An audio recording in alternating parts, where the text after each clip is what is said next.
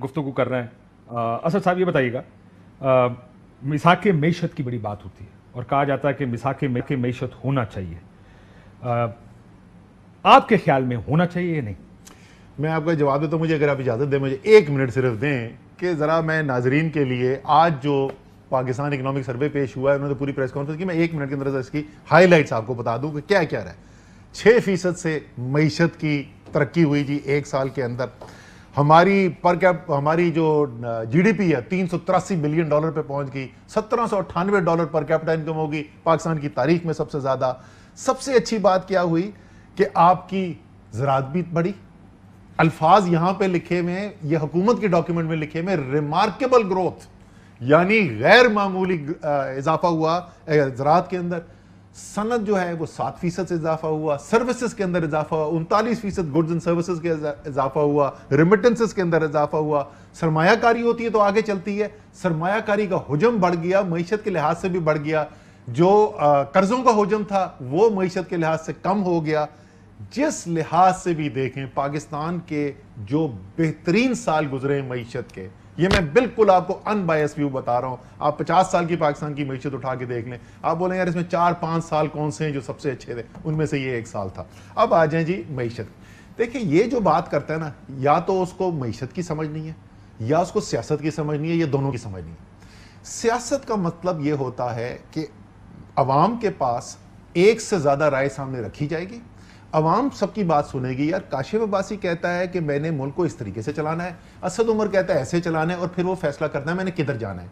ये जो फैसले हैं जो अवाम की जिंदगी के ऊपर असरअंदाज होते हैं, उसका एक बहुत बड़ा हिस्सा अवाम की रोजमर्रा जिंदगी जो है वो मईशत से जुड़ा हुआ है। मईशत के ऊपर कंसेंसस का मतलब कि जमहूरियत ही खत्म हो गई। कभी आपने सुना है कि रिपब्लिकन पार्टी और डेमोक्रेटिक पार्टी में कंसेंसस हो जाए इकोनॉमी के ऊपर? कभी आपने सुना है लेबर और कंजर्वेटिव के अंदर हो जाए? ये जैसे मैंने कहा ना, ये एक गैर जमहूरी सोच है। ये वो लोग जो चाहते हैं ना मुल्क के अंदर बड़ा एक ऑर्डर हो और बड़ी, हाँ अच्छा, ऑर्डर वाले लोग। नहीं, ये मैं बताता हूँ ये कौन लोग हैं, मैं आपको बताता हूँ कौन लोग हैं। बड़े बिजनेसमैन, इसके अंदर टेक्नोक्रेट टाइप लोग मौजूद है, क्योंकि उनको तो नौकरी उस वक्त मिलती है जिस वक्त गैर जमहूरी सेटअप होता है। हमारी फौज को ये बहुत पसंद है ये आइडिया। सो ये एक गैर जमहूरी सोच है भाई। इन जमहूरी सोच के अंदर मुकाबला होता है आइडियाज का। Okay, let me play the devil's advocate here. मिसाक मईशत से मुराद क्या है? मिसाक मईशत से मुराद ये नहीं है। देखिए, जिस तरह जब आप आए, आपके बारे में मुझे किसी ने कहा कि आप प्राइवेटाइजेशन के खिलाफ हैं या थे, सोशलिस्ट सोच थी आपकी कि स्टेट को रन करना चाहिए सारी चीज को। एक व्यू मुस्लिम लीग नून के अंदर बड़ा प्रेवलेंट व्यू ये था, सब कुछ प्राइवेटाइज करते हैं, सरकार का काम नहीं है। दुनिया में भी ये व्यू बहुत पॉपुलर है। 70s ये था, नेशनलाइज करो। आज का व्यू ये है। मिसाक मईशत का मेरे ख्याल में मतलब ये नहीं है कि आप अपना व्यू कॉम्प्रोमाइज कर दें और सब एक जो हुकूमत कह रही है वो करें। मिसाक मईशत का मतलब ये कि जब अगर पेट्रोल बढ़ाना IMF की शर्त है तो वो फिर सरकार को बढ़ाने दे, अनलेस आप एक सोल्यूशन देंगे जी। हमारा ख्याल है रूस से लिया जा सकता है 30% चीपर। लेकिन अगर IMF के पास जाना है, बिजली महंगी करनी है, गैस महंगी करनी है, पेट्रोल महंगा करना है, टैक्सेस लगाने हैं, उसके ऊपर ये ना हो देखें जी कितने कैसे लोग हैं ये, और जब आप खुद हुकूमत में आते हैं तो तब आप भी यही काम करते हैं। शायद ये व्यू है मिसाक मईशत का कि गैर जरूरी गैर मंतकी तनकीद ना हो, मंतकी और जायज तनकीद जो है, जो आपका व्यू है वो तो होना चाहिए। देखिए, जिस तरह मैं कह रहा था ना, ये IMF के पास जाना है नहीं जाना, किस शराइत के ऊपर जाना है, ये फैसले कागजी फैसले नहीं है। इससे 22 करोड़ पाकिस्तान के अवाम की जिंदगी मुतासिर होती है। मैं बिल्कुल भी सोशलिस्ट नहीं हूं, लेकिन मैं इसमें यकीन रखता हूं कि इस मुल्क के हुकूमत को, इस मुल्क के वजीर खजाना को फैसले करने चाहिए 22 करोड़ अवाम को सामने देख के, स्टॉक मार्केट के इंडेक्स को देख के नहीं। अरबपति बिजनेसमैन क्या कहता है बंद कमरे के अंदर आके, क्योंकि जो बड़े बड़े ताकतवर बंद कमरे हैं, चाहे वो इस्लामाबाद में हो या पिंडी में हो, वहां पे आम आदमी इनकी गुजर नहीं होता। वहां पे बड़े बड़े अरबपति आके मशवरे देते हैं। जो उनको बेहतर लगता है, ये हुकूमतों का काम उनके लिए फैसले करना नहीं है। इसमें मैं यकीन रखता हूं, बाकी मैं तफसील में बहस में नहीं पड़ता। देखें, ये इस बात को मानते हुए क्या पेट्रोल बम के नारे लगाना, जो कि इमरान खान साहब भी आज कहते हैं हमारी हुकूमत ही महंगाई का माइक लेकर सारे एंकर चले जाते थे। Was that unfair criticism या fair criticism? मैं आपको मिसाल देता हूं कि क्या फेयर हो सकता है और क्या अनफेयर हो सकता है। देखें, पेट्रोल की मिसाल ले लें। पेट्रोल की कीमत के अंदर क्या क्या उनसर शामिल होते हैं जी? इसके अंदर शामिल होता है आलमी मंडी के अंदर कीमत, इसके अंदर शामिल होता है कि रुपए की डॉलर के अगेंस्ट कदर क्या चल रही है, और इसके अंदर शामिल होता है कि हुकूमत टैक्स कितने लगा रहे हैं।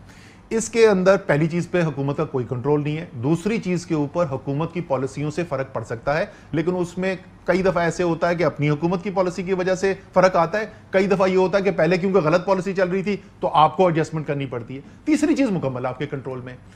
तो इसलिए अगर मैं ये कहता हूं कि यार आप 50% टैक्स लगा रहे हो, ये ज्यादती है, आपको 50% टैक्स नहीं लगाना चाहिए, और मैं आके 51% लगा देता हूं तो इसका मतलब मैंने सियासत खेली है और मैंने गलत काम किया है और मुझे नहीं करना चाहिए। लेकिन अगर मैं ये कहता हूं कि 50% टैक्स नहीं लगाना चाहिए और मैं 25% लगाता हूं तो इसमें क्या गलत बात है यार? सो व्हाट अगर आईएमएफ कहता है, आईएमएफ आखिर में एक एंड रिजल्ट चाहता है, उस रास्ते तक कैसे पहुंचना है, और ये मईशत की किताब का पहला चैप्टर है। आप वो सबसे मशहूर जो मईशत की टेक्स्ट बुक गुजरी है ना, सैमुअल्सन साहब, पॉल सैमुअल्सन थे, एमआईटी की उनकी किताब है, उसका पहला सफा ये कहता है कि मईशत जो है वो ट्रेड ऑफ का नाम है, यानी एक लोग है तो दूसरा को छोड़ना पड़ता है। और उसकी बेहतरीन मिसाल वो देता है मक्खन और बंदूकों की, कि अगर आपने मईशत के अंदर मक्खन ज्यादा चाहिए ना तो बंदूक कम करनी चाहिए, एक ऐसी इकोनॉमी के अंदर जिसमें सिर्फ ये दो चीजें होती हैं। सो ये ट्रेड ऑफ होते हैं, यही चॉइसेस हैं, ये पॉलिटिकल चॉइसेस हैं। क्यों है? क्योंकि अगर मक्खन ज्यादा होगा तो फायदा किसी और का होगा, अगर बंदूकें ज्यादा होंगी तो फायदा किसी और का होगा, अगर मैं टैक्स पेट्रोल पर ज्यादा लगाऊंगा तो नुकसान किसी और का है, अगर मैं टैक्स किसी और चीज के ऊपर लगाता हूं तो नुकसान किसी और का है। यही तो सारी सियासत है मेरे भाई। और ये सियासत आपके ख्याल में अभी तक जैसे हो रहा ठीक हो रहा? नहीं, मैं ये कह रहा हूं कि हो सकता है हमने कोई ऐसी तनकीद की हो जो बजा तनकीद ना हो सकता गलत तनकीद हो, बट मैं ये कह रहा हूं कि ये कह देना कि तनकीद ही नहीं करना चाहिए, कि जो मर्जी तुम करते चले जाओ। आई डोंट थिंक मिसाक मईशत का मेरी डेफिनेशन वो है सर। ये जो मिसाक मईशत, आप तो और डेफिनेशन बता रहे हैं ना, आप ऑर्डर वाली डेफिनेशन बता रहे हैं। मैं कोई भी हुकूमत आए तो वो एक ही डायरेक्शन के अंदर चलती है। That's not what I meant. Privatisation के बारे में आप लोगों का क्या ख्याल है? देखिए, प्राइवेटाइजेशन के ऊपर मैं अपना व्यू अब आपको बता देता हूं। मेरा व्यू क्या और मैंने रिकमेंड किया गया, मैंने कभी भी ये नहीं कहा था कि प्राइवेटाइजेशन नहीं करनी चाहिए। मुस्लिम लीग नून की हुकूमत, चले पीपल्स पार्टी तो कहती थी प्राइवेटाइजेशन नहीं करनी चाहिए ना, मुस्लिम लीग नून की हुकूमत तो कहती थी ना प्राइवेटाइजेशन करनी चाहिए, ऑलमोस्ट 2/3 मेजॉरिटी थी, कोई रोकने वाला नहीं था। 3.5 साल एक अच्छा प्राइवेटाइजेशन का वजीर था मोहम्मद जुबैर, आपने शायद उनका नाम सुना हो, बड़े अच्छे वजीर थे प्राइवेटाइजेशन के। 3.5 साल के अंदर एक नून लीग के थे? जी, नून लीग के थे, हैं अभी भी।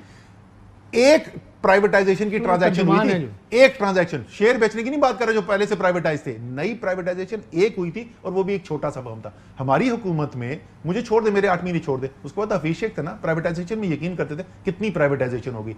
मेरा कहना सिर्फ ये था कि भाई जरूर प्राइवेटाइज कर देना, ये रातों रात नहीं होंगे। आपके पास जो असासे रखे हुए हैं, ये असासे 10 साल 15 साल आपके पास रहेंगे, तो 15 साल ऐसे ही रहने दें। असल सवाल जो मैंने लोगों के सामने, जो मेरा रिफॉर्म प्रपोजल था, क्या ये 10 साल पाकिस्तान के अवाम के लिए बेहतर है कि ये ब्यूरोक्रेट्स के और सरकारी बाबून को चलाएं, जॉइंट सेक्रेटरी और एडिशनल सेक्रेटरी जिनका कोई उससे बैकग्राउंड ना हो, क्या वो इनके ऊपर बैठे हुए और उधर से मिनिस्ट्री से फैसले हो रहे हो, या इनके ऊपर ऐसे प्रोफेशनल लोग बैठे हुए हों? वही सरमाया का आइडिया था, टॉप नॉच कॉर्पोरेट प्रोफेशनल्स को लेकर आए, उनसे मैनेज करवाएं। अगर आप प्राइवेटाइजेशन भी करना चाहते हैं ना, तो बहुत ज्यादा तेज प्राइवेटाइजेशन हो सकती है, क्योंकि उनका वेस्टेड इंटरेस्ट कोई नहीं है। मैं सिर्फ इसलिए वो, जब मैं वापस एक नुक्ता वैसी मिसाक मईशत पर, आज मिफ्ता इस्माइल साहब ने कहा कि ऐसे रिफॉर्म्स लाएंगे जो आईएमएफ को भी पसंद होंगे, और मुझे वो याद आ गया, वो इसी असेंबली में पीटीआईएमएफ बजट, आईएमएफ के बंदे नामंजूर, इस तरह की चीज है जिसकी वजह से मिफ्ता इस्माइल साहब की खिदमत में शेर हाजिर है। अल्लामा इकबाल का शेर है, ये मैं नहीं कह रहा। पानी पानी कर गई मुझको कलंदर की ये बात, तू झुका जो गैर के आगे, न मन तेरा न तन। खुदा का वास्ता, आईएमएफ को खुश करने वाले फैसले करेंगे भाई, वो फैसले करें जो पाकिस्तान के अवाम को खुश करने को हैं, और साथ अगर आपको आईएमएफ प्रोग्राम भी चलाना पड़े तो चलाएं, लेकिन फैसले वो करें जिससे पाकिस्तान के अवाम खुश हो। क्या आईएमएफ आपको इतना स्पेस देता? आईएमएफ चॉइसेस बिल्कुल देता है। ये बिल्कुल दुरुस्त नहीं है कि आईएमएफ आपको बिल्कुल जकड़ दे, लेकिन इस दफा तो उन्होंने कहा कि पेट्रोल बढ़ा के आएंगे तो आईएमएफ का प्रोग्राम कंटिन्यू होगा, वरना नहीं होगा। ये तो जो कमरे में बैठा हुआ तो वही बता सकता है। आपको नहीं कहा उन्होंने?